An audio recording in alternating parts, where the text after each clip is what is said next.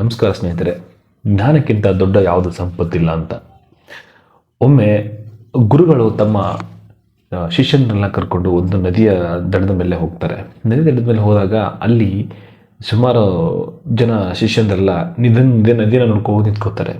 ಅವರು ಅದರಲ್ಲಿ ಕಳೆದೋಗ್ಬಿಡ್ತಾರೆ. ಅಷ್ಟರಲ್ಲಿ ಗುರುಗಳು ಏನು ಮಾಡ್ತಾರೆ, ತಮ್ಮ ಹತ್ರ ಒಂದಿಷ್ಟು ನಾಣ್ಯಗಳಿರ್ತವೆ, ಅವುಗಳನ್ನೆಲ್ಲ ನದಿಗೆ ಬಿಸಾಕ್ತಾರೆ.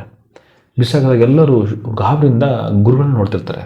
ಅವಾಗ ಗುರುಗಳು ಹೇಳ್ತಾರೆ, ಹೋಗಿ ನಿಮ್ಗೆ ಇಷ್ಟಷ್ಟು ಬೇಕಲ್ಲ, ಎಲ್ಲ ಬಂಗಾರ ನಾಣ್ಯಗಳಿದ್ದಾವೆ, ಎತ್ಕೊಳ್ಳಿ ಅಂತ ಹೇಳ್ತಾರೆ. ಅವಾಗ ಎಲ್ಲ ಶಿಷ್ಯಂದರು ತುಂಬ ಖುಷಿಯಿಂದ ದುಬು ಅಂತೆಲ್ಲ ಜಿಗಿತಾರೆ. ಜಿಗಿದ್ಮೇಲೆ ಅವಾಗ ಏನಾಗುತ್ತೆ, ಎಲ್ಲರೂ ಅಷ್ಟು ಕಷ್ಟಪಟ್ಟು ಅಲ್ಲಿ ಹುಡುಕಾಡಿ ನೀರು ಹರಿತಾ ಇರ್ತಾರೆ. ಎಲ್ಲರೂ ಸ್ವಲ್ಪ ನಾಣ್ಯ ಎತ್ಕೋತಾರೆ. ಒಬ್ಬರು ಹಿಂಗೆ ಎತ್ಕೊಂಡು ಆಚೆ ಬರ್ತಿರ್ತಾರೆ. ಬರಬೇಕಾದ್ರೆ ಗುರುಗಳು ನೋಡ್ತಾರೆ, ಒಬ್ಬ ಮಾತ್ರ ಅಲ್ಲೇ ಕೂತ್ಕೊಂಡಿರ್ತಾನೆ ಸುಮ್ಮನೆ. ಅವನು ಕೇಳ್ತಾರೆ, ಯಾಕಪ್ಪ ನಿನ್ಗೆ ಬೇಕಾಗಿರೋ ನಾಣ್ಯ, ನೀನು ದುಮ್ಕು ಯಾಕೆ ಜಿಗಿಲಿಲ್ಲ ನೀನು ನೀರಿಗೆ ಅಂತ ಕೇಳಿದ್ರೆ. ಅವಾಗ ಆ ಶಿಷ್ಯ ಹೇಳ್ತಾರಂತೆ, ನಾನು ಈ ದುಡ್ಡು ಇದೆಲ್ಲ, ಈ ನಾಣ್ಯಗಳು ಎಲ್ಲ ಇದೆಲ್ಲ ನಾನು ಆಲ್ರೆಡಿ ಗಳಿಸಿಬಿಟ್ಟಿದ್ದೀನಿ. ಇದರಲ್ಲಿ ನನಗೆ ಸುಖ ಶಾಂತಿ ನೆಮ್ಮದಿ ಸಿಗಲಿಲ್ಲ. ಅದಕ್ಕೋಸ್ಕರ ನಾನು ಇಲ್ಲಿಗೆ ಬಂದಿದ್ದೀನಿ. ಹಾಗೇನಾದ್ರೆ ನಾನು ಇಲ್ಲಿ ನದಿಯಲ್ಲಿ ಜಿಗಿದು ತೊಗೊಳ್ಬೇಕಿದ್ದರೆ ನನ್ನ ಹತ್ರ ತುಂಬ ಇದೆ ಊರಲ್ಲಿ.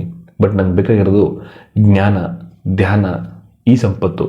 ಆ ಸಂಪತ್ತು ಅದು ಕಳೆದೋಗುತ್ತೆ, ಬಟ್ ಇದು ನನ್ನ ಹತ್ರ ಶಾಶ್ವತ ಆಗಿರುತ್ತೆ. ಅದಕ್ಕೆ ನಾನು ಇದನ್ನು ಆಯ್ಕೆ ಮಾಡ್ಕೊಂಡಿದ್ದೆ ಅಂತ ಹೇಳ್ತಾರಂತೆ. ಆವಾಗ ಗುರುಗಳು ನಗ್ತಾ ಹೇಳ್ತಾರಂತೆ, ಜ್ಞಾನಕ್ಕಿಂತ ಬಹಳ ದೊಡ್ಡ ಸಂಪತ್ತು ಯಾವುದಿಲ್ಲ ಅಂತ. ಅಂದರೆ ನಾವೆಲ್ಲರೂ ಜ್ಞಾನ ಬಿಟ್ಬಿಟ್ಟು, ಅಂದರೆ ನಮ್ಮ ಹತ್ರ ನಾಲೆಡ್ಜು, ಜ್ಞಾನ, ಧ್ಯಾನ ಇದೆಲ್ಲ ಬಿಟ್ಬಿಟ್ಟು ಬೇರೆ ಯಾವುದ್ರ ಹಿಂದೆ ನಾವು ಓಡ್ತಾ ಇದ್ದೀವಿ. ಯಾವುದಂದರೆ ನಮಗೆ ಅನ್ವಾಂಟೆಡ್ ಏನೇನಿದೆಲ್ಲ ಅದ್ರ ಬಗ್ಗೆ, ಅದನ್ನು ಬಿಟ್ಬಿಟ್ಟು ನಾವು ಸ್ವಲ್ಪ ಟರ್ನ್ ಆದರೆ ಸಾಕು. ಪೂರ್ತಿ ಬೇಡ, ಅದು ಇರಲಿ, ಸ್ವಲ್ಪ ಈಗಿನ ಕಾಲದಲ್ಲಿ ಬೇಕು. ಅದ್ರ ಜೊತೆಗೆ ಸ್ವಲ್ಪ ನಾಲೆಡ್ಜ್ನ ಇಂಪ್ರೂವ್ ಮಾಡ್ಕೊತ ಹೋದರೆ ನಮಗೆ ನಾವೇ ಕಾನ್ಫಿಡೆಂಟ್ ಬೆಳೆಯುತ್ತೆ, ನಾವೇ ಇಂಪ್ರೂವ್ ಆಗ್ತೀವಿ. ದಿನ ಏನಾದರೂ ಮಾಡ್ತಿದ್ರೆ ಹಾಗೆ ಇಂಪ್ರೂವ್ ಆಗ್ತಾ ಹೋಗ್ತೀವಿ. ಅದಕ್ಕೆ ಜ್ಞಾನ ಅನ್ನೋದು ತುಂಬ ದೊಡ್ಡದು. ಅದೆಲ್ಲಿ ಸಿಗುತ್ತೆ ಅಂತ ಹೇಳ್ಬಿಟ್ಟು ಹೇಳೋಕ್ಕಾಗಲ್ಲ. ಚಿಕ್ಕ ಮಕ್ಕಳಿಂದ ಹಿಡಿದು ದೊಡ್ಡವರವರೆಗೂ ಅದು ನಮಗೆ ಡೈಲಿ ಕಲಿತಾ ಇರ್ತೀವಿ. ಕಲಿಬೇಕಾಗಿದ್ದೆ ಅದು, ಅದನ್ನು ನಾವು ಅರ್ಥ ಮಾಡ್ಕೋಬೇಕು.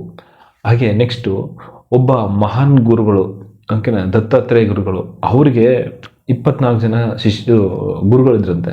ಅಂದರೆ ಅಷ್ಟು ನಾವು ಎಲ್ಲರಿಂದ ಕಲಿಯಿದೆ, ಪ್ರಕೃತಿಯಿಂದ ಕಲಿಯಿದೆ, ಎಲ್ಲರಿಂದ ಕಲಿಯಿದೆ. ಬಟ್ ಕಲಿತಾ ಹೋಗ್ಬೇಕು.